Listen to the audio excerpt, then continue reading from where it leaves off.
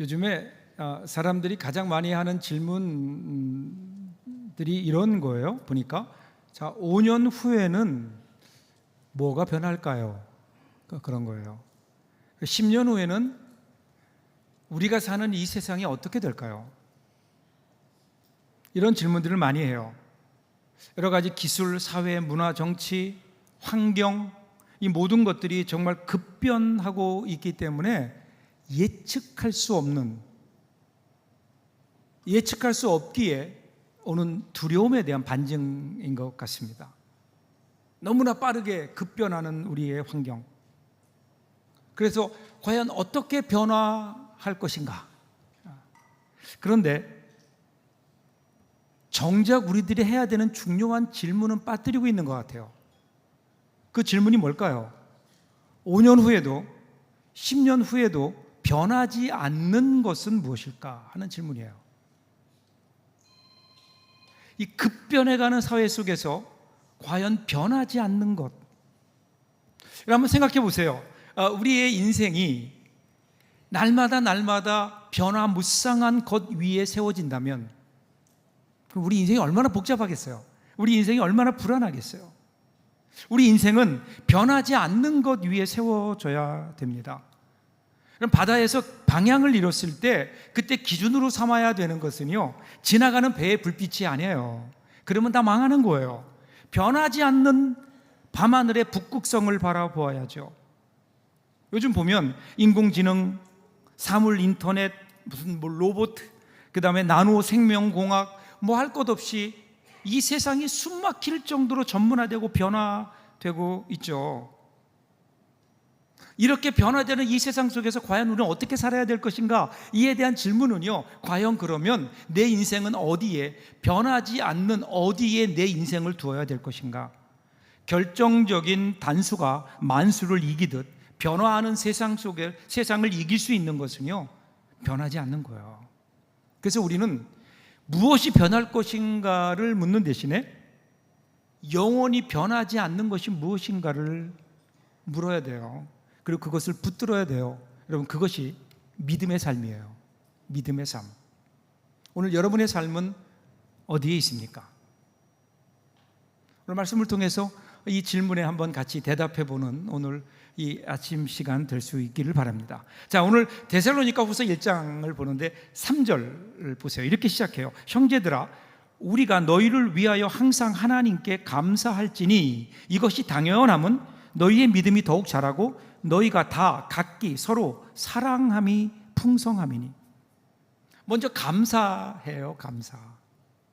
그러니까 사도 바울이 데살로니가 교회의 교인들을 보면서 그의 마음속에 처음으로 떠오르는 단어가 뭐냐면 감사한다.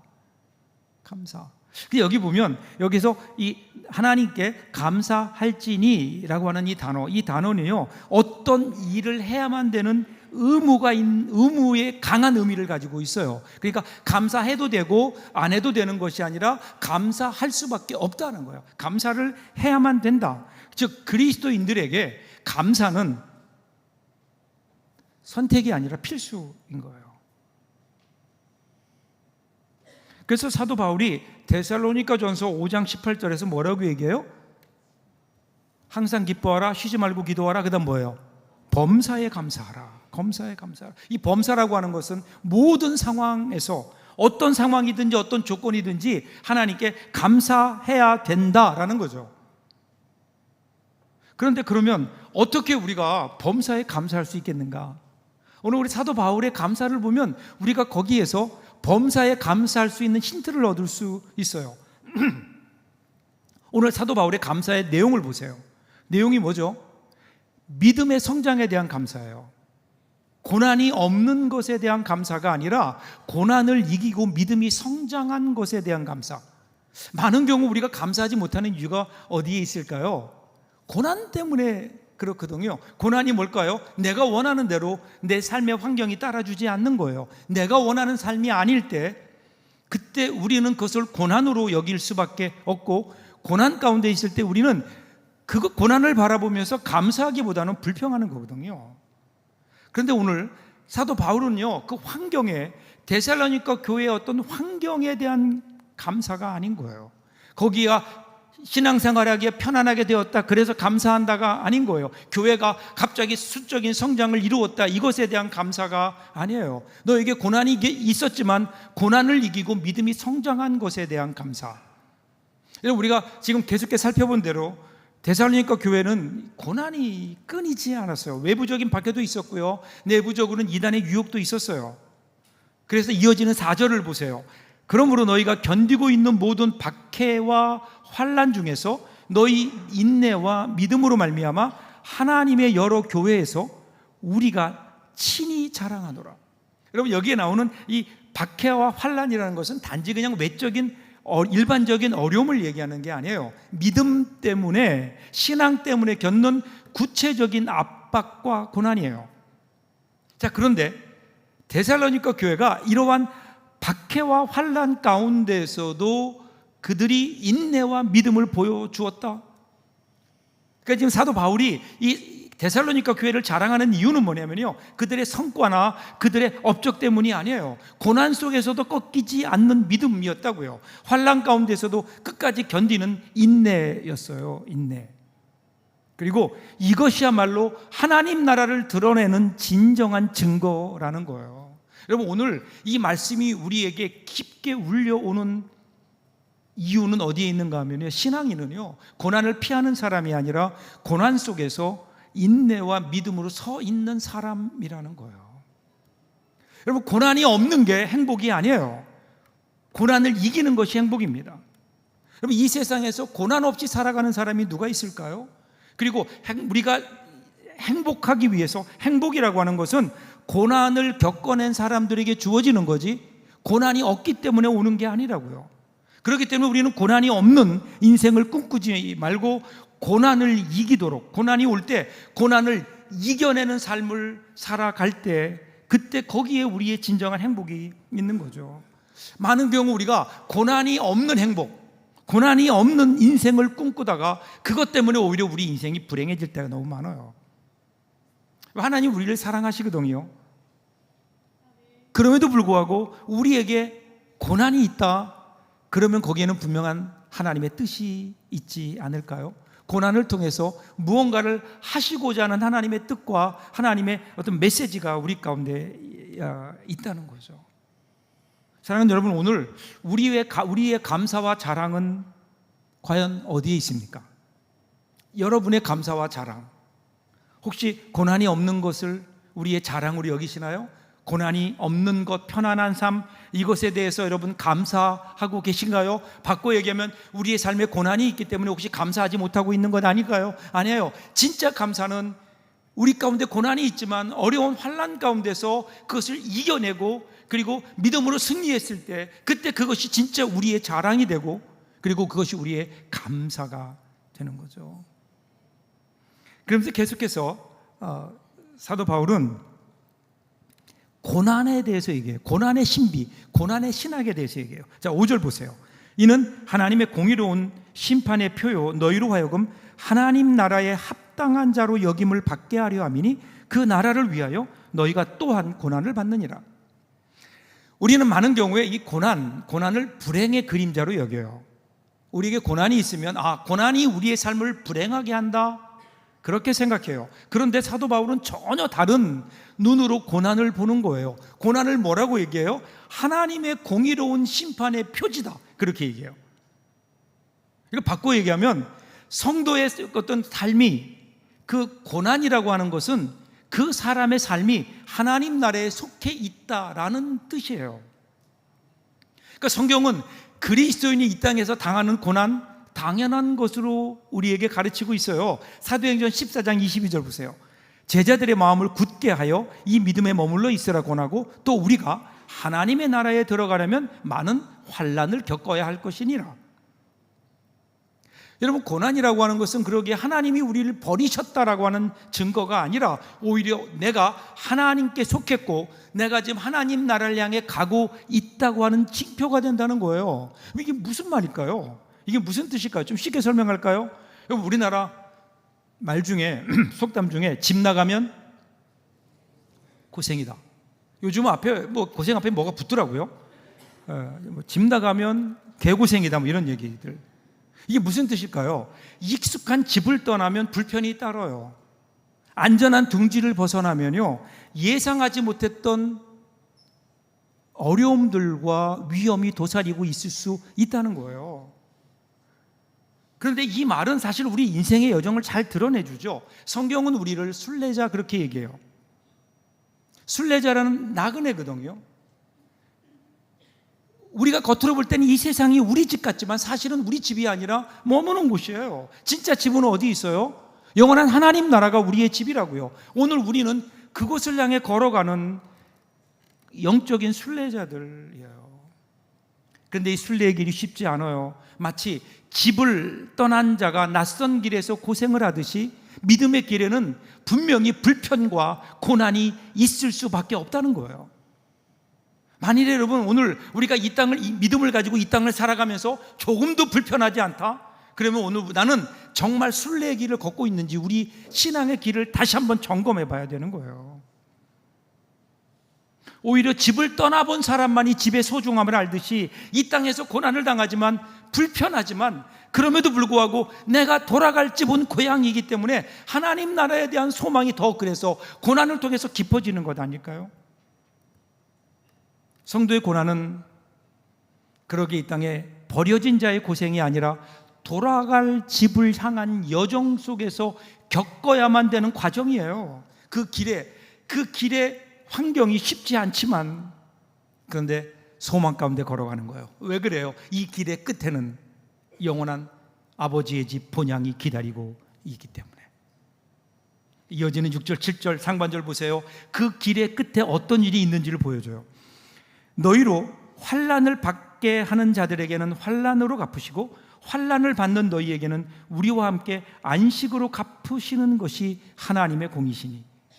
여러분 여기에서 환난을 받게 한다, 이 말 헬라어로 보면 들리보라는 단어인데 원래 이게 포도를 짓눌러서 으깨서 포도즙을 만드는 그 동사예요. 이게. 그래서 여러분 여기 나오는 이 환난을 받는다 이 말은요 정말 포도를 으깨서 그래서 즙을 만들어내듯이 우리의 삶을 이렇게 압박해 오는 환난인 거예요. 우리가 살면서 그런 환난을 당할 수 있다라는 거예요.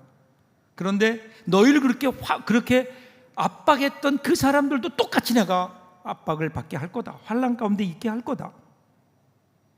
그리고 그런 환난 가운데 있던 우리들, 하나님의 사람들, 하나님의 자녀들은 어떻게 해요? 안식으로 갚으신다는 거예요. 여기서 안식이라는 것은 단순히 고통이 없는 상태, 수면 상태를 얘기하는 게 아니라 하나님 안에서 누리는 평화, 억울함이 풀리고 하나님의 정의가 바로 세워지는 온전한 회복을 말하는 거예요. 우리 인간의 힘으로는 이 공의가 이루어질 수 없죠. 여러분 이 땅에서는 결코 완전한 공의를 우리가 경험할 수 없어요. 그것은 언제 경험해요? 하나님 앞에 갔을 때. 그래서 오늘 우리가 당하는 고난은요 끝없는 절망이 아니라고요, 억울함이 아니라고요. 분명히 우리의 고난의 끝에는 하나님의 공의가 있음을 알기에, 하나님의 공평하게 갚아주시는 하나님의 그 공평한 심판이 있음을 알기에 그것은 공의와 안식으로 이끄는 통로이고, 고난을 통해서 우리가 하나님의 자녀이고 내가 바로 순례자임을 확인할 수 있다는 거예요. 그 마지막 7절 하반절 보세요. 주 예수께서 자기의 능력의 천사들과 함께 하늘로부터 불꽃 가운데 나타나실 때에, 여러분 성경에 보면 주님의 재림을, 주님의 강림을 불꽃 가운데 나타나는 장면으로 이야기해요. 여기서 불이라는 것은 단순한 어떤 자연현상을 얘기하는 게 아니에요. 불꽃, 불빛, 모든 것이 선명하게 드러나게 되는 그 순간, 그동안 하나님을 믿는다는 이유로 내가 당해야만 됐던 고난들, 도대체 왜 나에게 이런 일이 있는지 알 수 없는 답답함, 마치 우리 삶이 어둠 속에 있는 것 같은 그러한 우리의 억울함과 답답함들이 예수님이 이 땅에 강림하실 때에 그 불꽃 같은 주님의 그 모습 가운데, 불빛, 그 빛 아래 이제 완연하게 드러난다는 거예요. 분명하게 드러난다는 거예요. 요한계시록 6장 10절 보세요. 큰 소리로 불러 이르되 거룩하고 참되신 대주제여 땅에 거하는 자들을 심판하여 우리 피를 갚아주지 아니하시기를 언제까지 하시려나이까 하니. 그동안 이유 없이 당해야 됐던 억울함과 답답함이 풀려지는 자리예요. 불꽃은 은폐가 불가능한 자리, 참과 거짓이 구별되는 자리. 분명하게 마지막에 우리의 삶이 분명하게 드러나고 거기에 하나님의 공의가 세워질 것이다.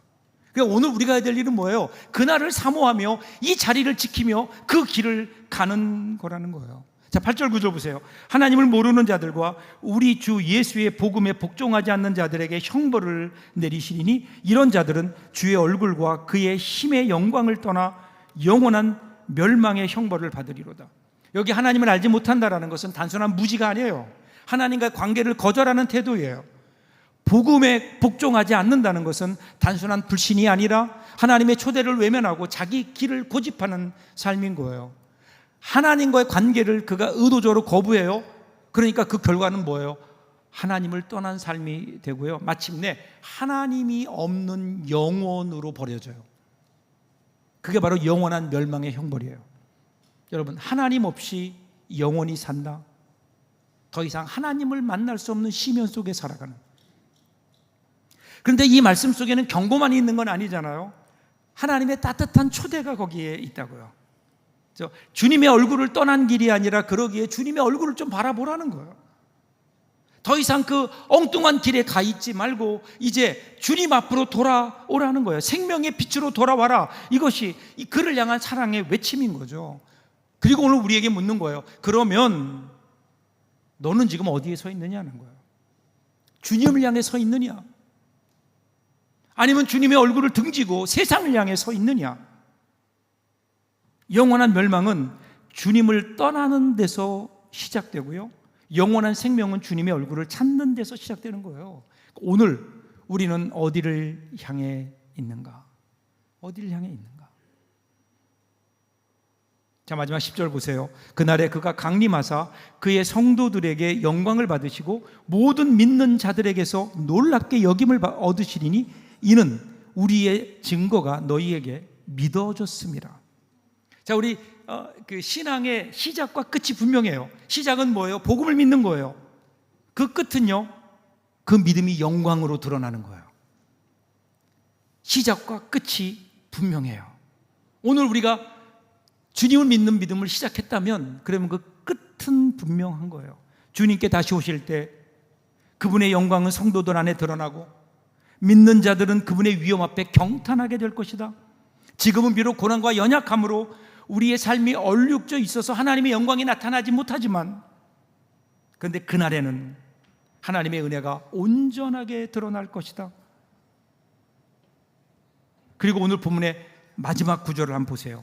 이는 우리의 증거가 너희에게 믿어졌습니다.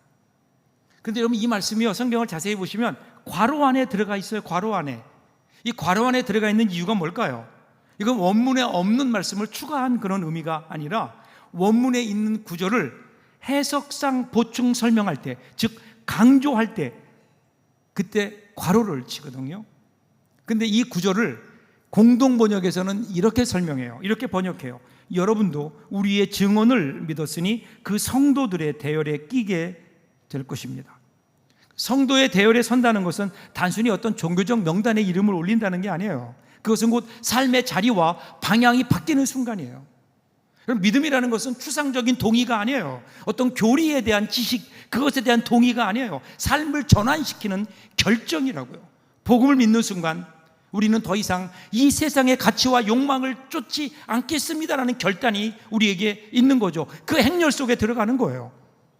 그때부터 우리는 주님의 발자취를 따르는 새로운 행렬에 서게 되는 이 성도의 대열. 그 행렬은 우리의 눈에 띄지 않고 때로는 고난의 길처럼 보일 수 있지만, 그런데 여러분, 그 길의 끝에는요, 주님의 영광이 기다리고 있다고요. 사랑하는 여러분, 이 세상은 끊임없이 우리로 하여금 자기에게 줄 서라고 얘기합니다. 성공의 줄, 권력의 줄, 편안함의 줄, 그 줄에 서라고요. 그런데 사도 바울은 분명하게 얘기해요. 여러분은 이미 믿음을 통해 성도의 대열에 서 있다고요. 잊지 말라고요. 이 세상의 그 어떤 행렬보다 더 크고 영원한 영광의 행렬인 거예요. 그렇다면 우리가 결정해야 될 건 단순해요. 내가 선 자리를 지키는 거예요. 내가 서야 될 자리를 바로 찾는 거예요. 성도의 대열 속에서 믿음 잃지 않는 거예요. 서로 함께 손을 잡고 주님이 가셨던 그 길을, 영원한 하나님 나라의 그 길을, 거룩한 순례의 길을 시작하는 거예요. 그리고 그 길의 끝에 우리 주님이 계신다고요. 어쩌면 우리가 걸어가는 그 길의 어느 중간에 우리 주님이 우리에게 오실 수도 있잖아요. 오늘 우리에게 이 거룩한 행진이 있는가? 그리스도인의 삶이 뭘까요? 그리스도인의 삶을 보면요, 믿음의 사람들은 고백하는 하나님이 있어요. 과거에 하나님께서 여기까지 도우셨다라고 감사하며 에베네셀 그 하나님을 고백해요. 근데 그 하나님이 과거의 하나님만이 아니에요. 오늘 우리와 함께 하시는 하나님, 임마누엘 되시는 그 하나님을 찬양합니다. 그리고 우리의 미래는요, 여호와 이레, 모든 것을 예비하시고 준비하시는 하나님, 그 하나님의 은혜를 믿기에, 그래서 우리 모든 성도들의 과거, 현재, 미래는요 모두 다 꽃자리예요. 협력하여 선을 이루는 꽃자리예요. 왜냐하면 그곳에 주님이 계시기에. 로마서 8장 28절 말씀대로 우리가 알거니와 하나님을 사랑하는 자 곧 그 뜻대로 부르심을 입은 자들에게는 모든 것이 합력하여 선을 이루느니라. 이것이 여러분 우리 주님이 하나님이시라면, 그러면 오늘 우리가 당하는 작은 고통 가운데 여러분 머물지 마시라고요. 오늘 우리 삶에 있는 환난이 조금 있다고, 어려운 일이 있다고, 우리가 영원한 하늘나라를 향해 나아가는 우리의 순례자의 길을 포기할 수는 없는 거 아니에요. 시작하세요. 혹시 그 길을 멈추고 있다면 다시 시작하십시오. 그리고 그 속도가 줄었다면 다시 힘을 내십시오. 얼마 남지 않았잖아요. 우리가 주님 앞에 갈 날이 얼마 남지 않았잖아요. 그 하나님 나라를 향해 우리의 거룩한 순례길을 다시 한번 힘있게 시작하는 저와 여러분들 될 수 있기를 주님의 이름으로 축복합니다. 기도하겠습니다.